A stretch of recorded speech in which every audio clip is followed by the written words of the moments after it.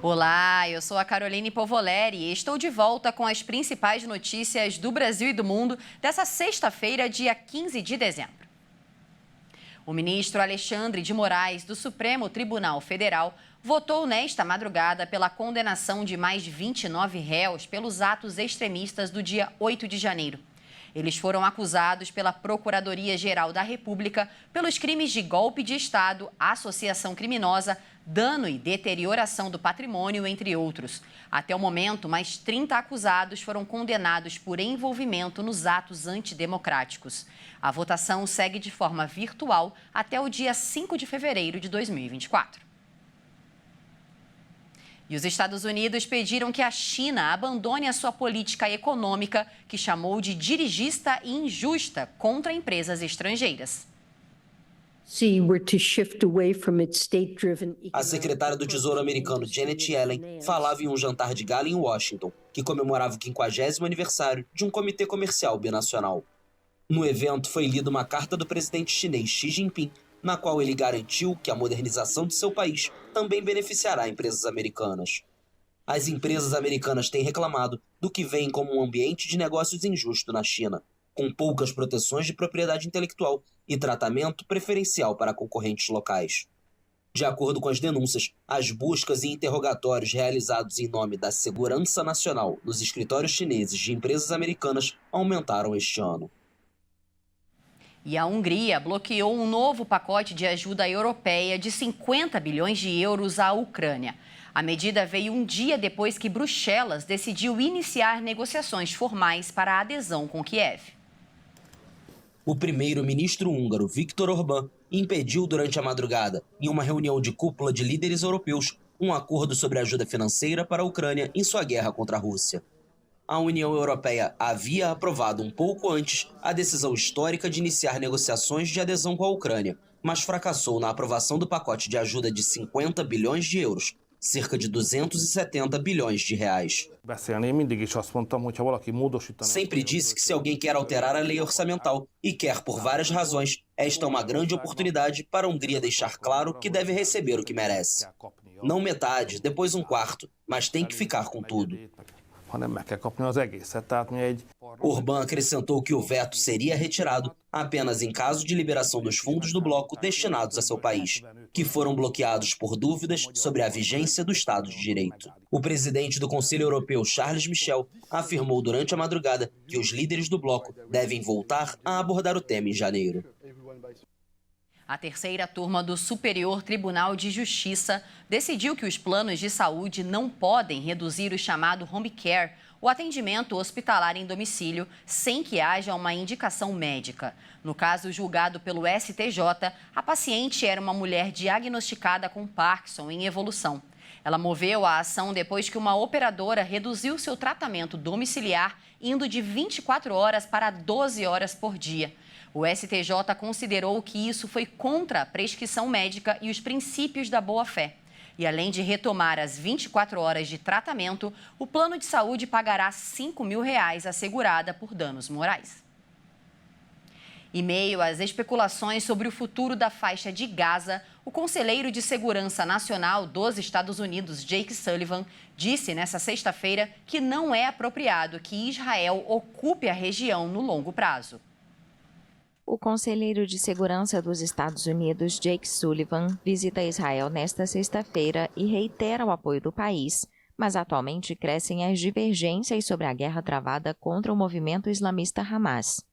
O governo israelense indicou que não tem um plano a longo prazo para ocupar Gaza e que, em última análise, o controle, a administração e a segurança de Gaza têm de ser transferidos para os palestinos.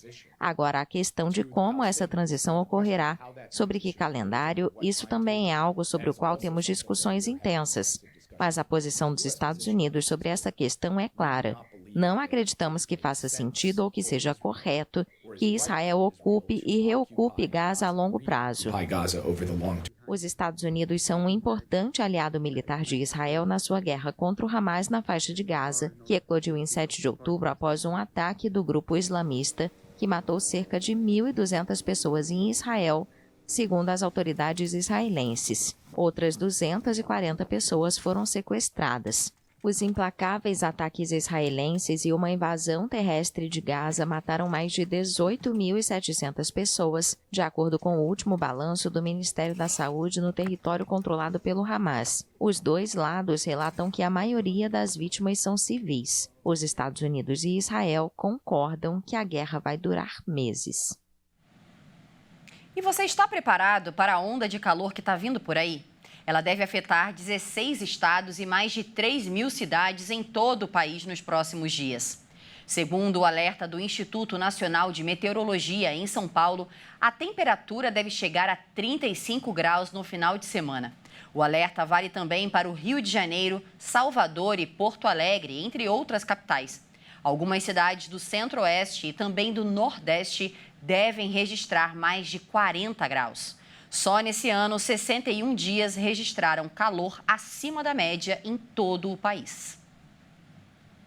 E faltam 10 dias para o Natal e o comércio está otimista, está projetando um crescimento de pelo menos 7% em relação ao ano passado. A previsão é que mais de 74 bilhões sejam injetados na economia do país.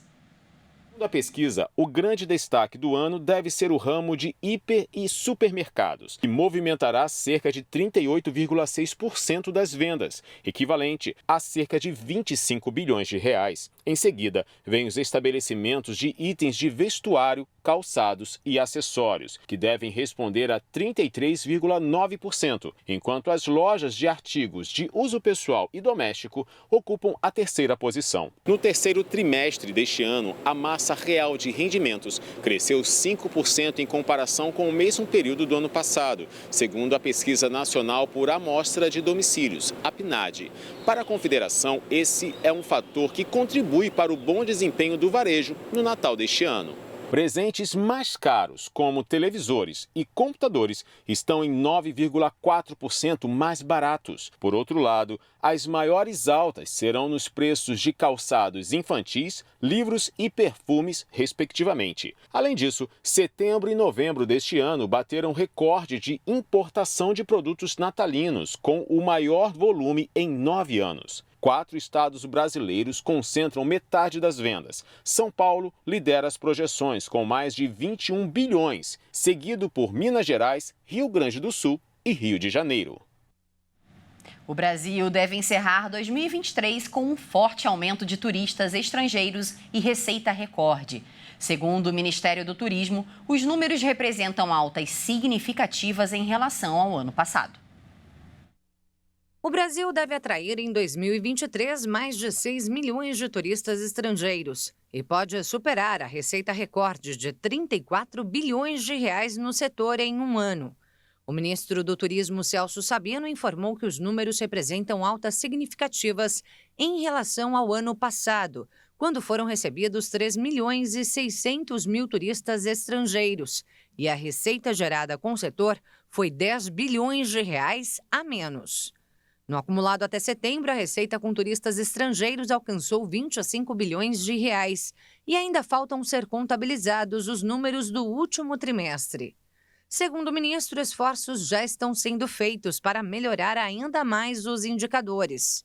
Segundo a Embratur, a expectativa é chegar dentro de 2 anos a 8 milhões de turistas estrangeiros por ano. Nesta quinta-feira foi inaugurado o primeiro escritório da Organização Mundial do Turismo para a região das Américas e Caribe, no Rio de Janeiro. Além da sede da OMT em Madrid, na Espanha, a entidade possui apenas um escritório regional, localizado na Arábia Saudita. A vinda da unidade para o país fortalece as ações do turismo para os países das Américas e do Caribe, que podem realizar projetos conjuntos e impulsionar a atividade turística da região. E por hoje é só. Essa edição fica por aqui, mas daqui a pouquinho, às 17 horas, a Beatriz do Vale retorna com mais notícias para você. Muito obrigada pela sua companhia. Tchau, tchau.